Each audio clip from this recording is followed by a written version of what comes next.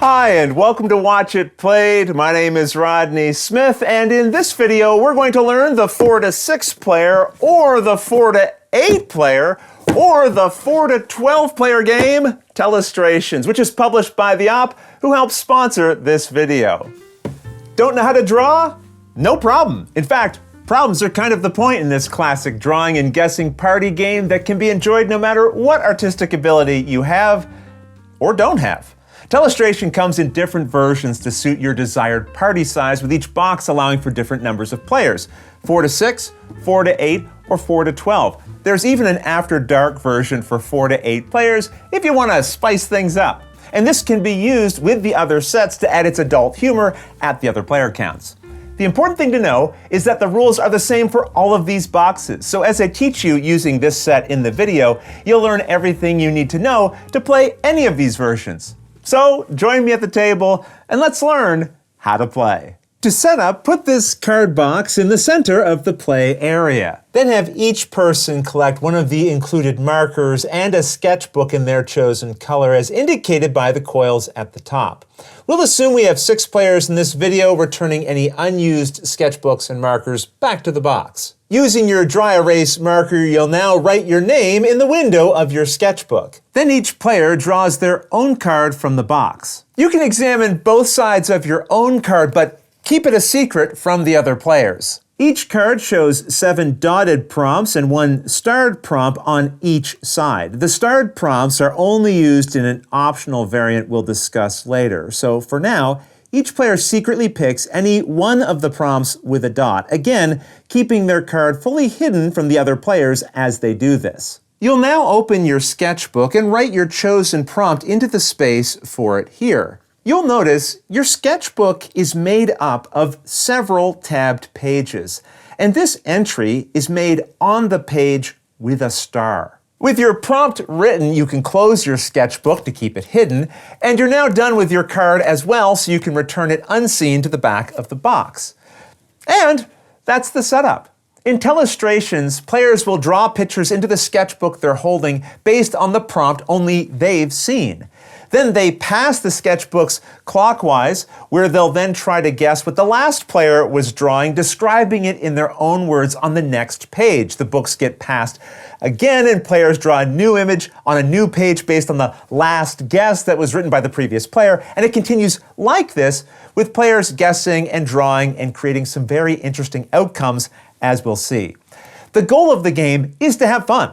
If you're having it, then you're winning. But there are some rules for scoring too, if your group prefers, which we'll learn about at the end of this video. To start the game, check to see whether you have an even or odd number of players at the table. If you have an even number, like 4, 6, or 8, hang on to your own book. If you instead have an odd number of players, such as 5 or 7, pass your book to the player on your left, which means you'll get a book from the player on your right.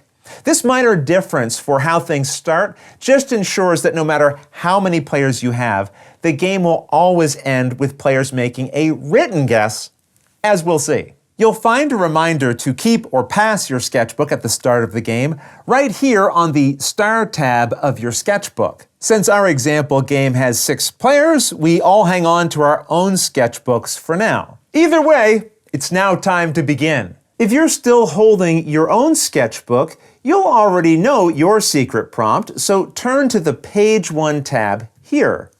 If you have an odd number of players, it means you're now holding another player's book. So first privately look at their secret prompt on the previous page, and then turn to the Page 1 tab. Everyone will now be on a page labeled Sketch It, and that means it's time to sketch the prompt from the previous page. My prompt was tip of the iceberg, so I'm going to do my best to draw a picture representing that. And when I say my best, that just means I use whatever ability I have, which isn't necessarily very much, and that's okay. Now, drawings cannot include any letters or numbers, and you can't just leave the page blank. So dive in boldly and create something. Once you're done, flip to the next page to hide your sketch, and then pass the open book to the player on your left, which means when the player on your right is finished, they'll be passing you a book. Flip to the next page as well. There's no time limit to the drawings. Players can take as long as they like, but within reason. If everyone is finished and you're still drawing, you might want to wrap it up. After all, there are no prizes for being the best artist. If you find it helpful with your group, players can agree to set a timer on their phone, perhaps for 1 minute, and after the timer goes off, everyone stops drawing and the books get passed. Either way, with the sketching complete, it's now time for guessing. Your sketchbook will remind you of this here, and to begin, you flip back to the previous page to secretly examine the drawing the last player made in this book. Only flip back one page. Don't look at any of the other pages, and make sure you keep what you see there a secret. After you've looked at the drawing, flip forward again and write your guess for what the drawing was meant to represent. You can use as many words as you like, and when you're finished, flip to the next page to hide what you wrote. Just make sure you don't write your guess as a question or leave the page blank. Write your best guess with confidence, no matter how strange it might be. And then when everyone is finished, they'll pass the booklets to the left, just as before. This will show a blank Sketch It page again, so players again look one page back to see the word prompts written there, and then draw a picture based on what was written. So in this case, a drawing of an alien abduction. The game will continue like this, with players drawing, passing, guessing, and passing, and so on. And you'll find reminders of the rules for sketching and for guessing on the top page of whichever tab you're currently on. Eventually, after all this sketching and guessing and passing, players will get their own book back with their colored coils at the top and their name on the front. When this happens, the game stops and it's time for the big reveal. Here, players will take turns flipping through the pages of their sketchbook, showing everyone the prompt they started with and the sketches and prompts it evolved into. This will usually result in quite a few surprises and laughs as players see how far they got from the original words, or occasionally just how close they got. For many players, this discovery is the real fun of the game, and when you're finished, everyone can just erase their books and collect new cards to start again. But if you want to have a final winner, there are rules for scoring that use two possible methods, friendly or competitive. But no matter which method you use, you'll play 3 games and total your scores from all of them. For friendly scoring, after you reveal the outcomes in your own book, go through and pick your favorite sketch. The player who drew it gains 1 point. Then pick your favorite guess and that player gains 1 point. Finally, give yourself 1 point if the last guess in your book matches or is close to your original prompt. That means in this case, I will not be getting a point. Players record any scores they gain on the inside of this front page. The total points for their first game go here, points for the second game go here, and the third goes here, creating a total at the bottom. In a competitive game, instead check the pages with written guesses. The players who wrote those guesses will score 1 point if their guess matched either the original secret prompt or the previous guess in the book. Any player who drew a sketch that helped a written guess make a correct match also gains 1 point. For example, the player who wrote this guess did so because they saw this picture. Now, this prompt is not the same as the original prompt, but it is the same or very close to the same as the prompt before it. As a group, you'll have to decide how close you want the prompts to be before you assign a point. But in this case, I would assign this player a point.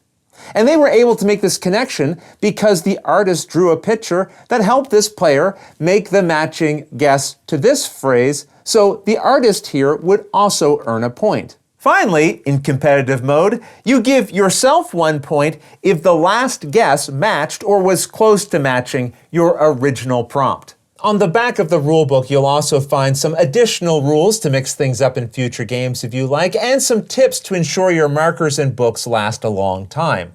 Also, when selecting prompts for your cards, the game provides an additional option. Players may agree to only look at the 2 starred categories on their cards. They each pick their favorite of those 2 options to share with the group, and then the group decides together on which of the shared categories they'll all use. Everyone then comes up with their own prompt based on that category.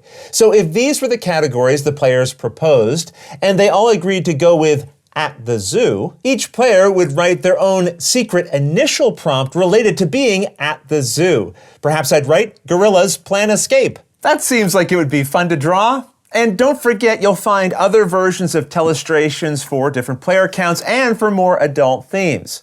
But otherwise, that's everything you need to know to play Telestrations. If you have any questions about anything you saw here, feel free to put them in the comments below and I'll gladly answer them as soon as I get a chance.